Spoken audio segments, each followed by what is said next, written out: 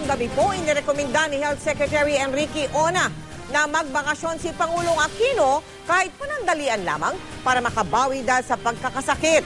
Bukod sa naging trangkaso ay may allergic rhinitis din daw ang Pangulo.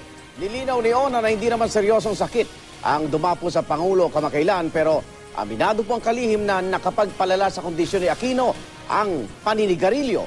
Nakatutok si Jam Sisante. Bago pa tumulak patungong Cambodia noong isang linggo, may dinaramdam na ang Pangulong Noynoy Aquino. Ayon sa Malacanang, may allergic rhinitis at trangkaso raw ito.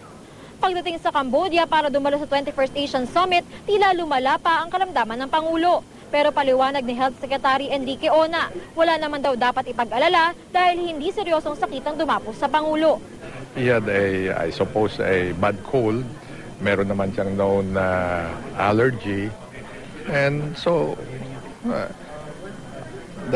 you must remember that the job of the president is a very difficult, very stressful job. So, in short, with a lot of pressure, oftentimes your resistance is lowered and you become vulnerable to lalo na mga viral diseases.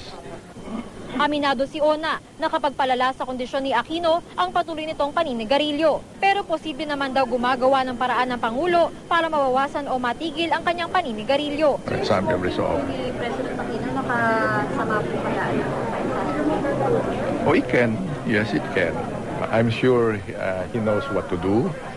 And it's not a matter of me or you or tayo telling him what to do because I'm sure he knows what has to be done. Nauna nang sinabi ni Aquino, isa ang paninigarilyo sa kanyang mga outlet para malabanan ng kanyang stress. Rekomendasyon ni Ona, magbakasyon ng Pangulo tulad ng mga presidente ng Amerika na may 2 araw na day off bawat 3 o 4 na buwan. Maganda raw oportunidad para sa Pangulo ang Pasko at Bagong Taon para makapagpahinga. I have been mentioning and asking those that take care of him na dapat nga yung every so often we should ask the president to have a rest. He is our president. We want to make sure that he is at the peak of health all the time. Jam Sisante, Nakatutok, 24 Oras.